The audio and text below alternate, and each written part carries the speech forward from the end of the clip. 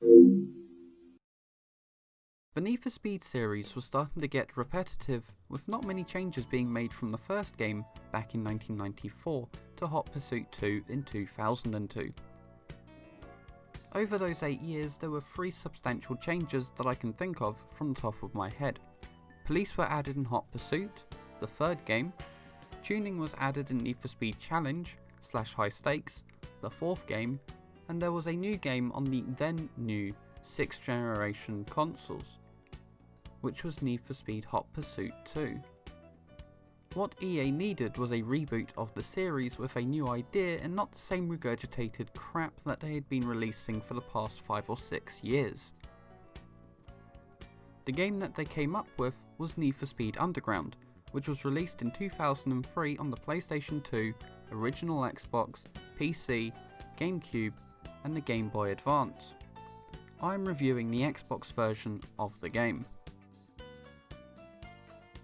The game was developed by EA Black Box, who had previously developed Hot Pursuit 2 on the PlayStation 2, which is known as the best version. But to be honest, that's not really saying much. After developing the Xbox, GameCube and PC versions of the game, EA Seattle started developing the many sports games that EA release every year, so it looks like repetitive is the only thing that they know. Need for Speed Underground was the first street racing game from what a lot of people call the golden era of Need for Speed.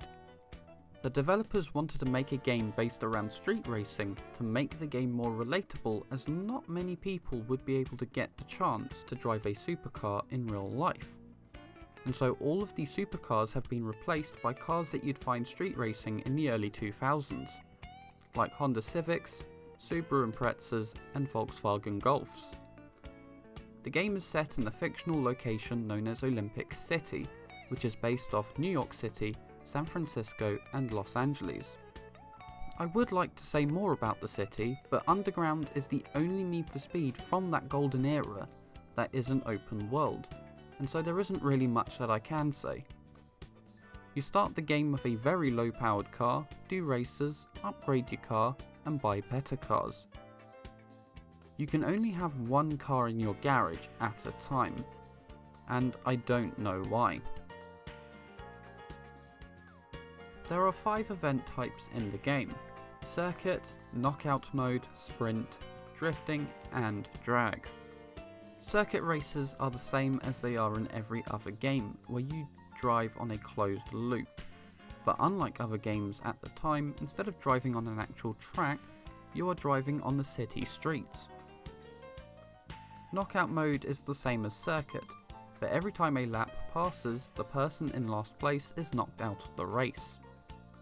This changes the way that I think whilst driving, because in a normal circuit race, if I'm last on the second to last lap, then I know that I have another lap to catch up to first. But in knockout races, if I'm in last place on the second to last lap, then I just give up, because I know I will lose, so I just exit the race and restart. Sprint races are point to point. That is all that I have to say about those. Drifting is probably my favourite part of the game.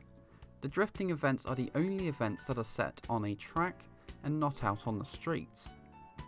I do find it a little bit weird that you can do really good drifts in a front wheel drive car. And then we get to drag. You have to drive in a straight line whilst changing gear and avoiding traffic. The drag races are the hardest part of the game. Yes, some races are harder, but when you compare the difficulty to length ratio, then the drag races are a lot harder. The events do get a bit repetitive, but because there are so many different types of events, all using different tracks, it is kind of fine. And I find that unlike a lot of other games that were released at the time, I can play Need for Speed Underground for more than 4 hours at a time, even though I really shouldn't. I usually don't talk about the car upgrading and customization this early on into the review, but the customization is important to the progression of the game, and I really wish it wasn't. Need for Speed Underground had the best customization of any game up until that point, and as street racers tended to customize their cars in real life, you have to as well, and you are forced to do it, so you're able to enter races later on in the game.